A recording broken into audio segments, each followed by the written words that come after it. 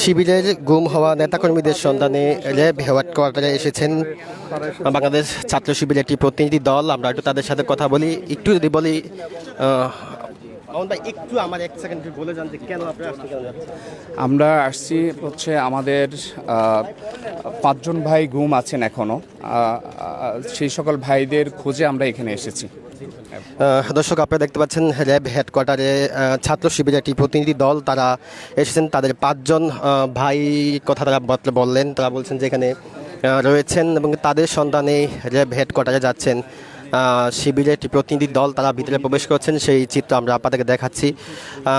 শিবিরের যে প্রতিনিধি দল তারা এসেছেন, আমরা একটু তাদের সাথে কথা বলেছিলাম। তারা ভিতরে প্রবেশ করছেন, দেখি তারা কি বলেন এবং কি তাদের যে 5জন ভাই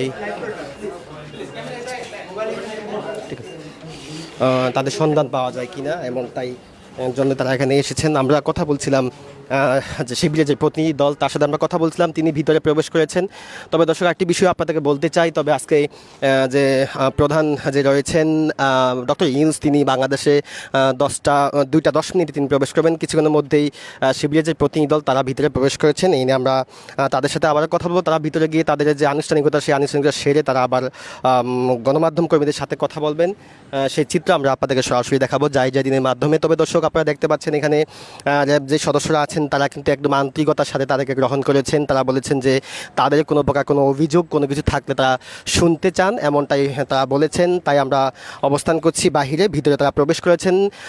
শিবিরের পক্ষ থেকে বলা হয়েছে তাদের 5জন সহযোদ্ধা তাদের ভিতরে তারা রয়েছেন, এখনও গুম অবস্থায় রয়েছেন, এমনটা তারা দাবি করেছেন। তার জন্য একটি প্রতিনিধি দল তারা ঢাকা থেকে এসেছেন এবং কেন্দ্রীয় শিবিরের নেতাকর্মীরা ভিতরে প্রবেশ করেছেন। সেই চিত্র আমরা আপনাদেরকে দেখাচ্ছি সরাসরি দিনের মাধ্যমে। র্যাবের সদস্যরা আন্তরিকভাবে তাদেরকে গ্রহণ করেছেন, তাদের সাথে কথা বলার জন্য তাদেরকে ভিতরে নিয়েছেন। সেই তথ্য আপনাদেরকে আমরা সরাসরি দেখাচ্ছিলাম।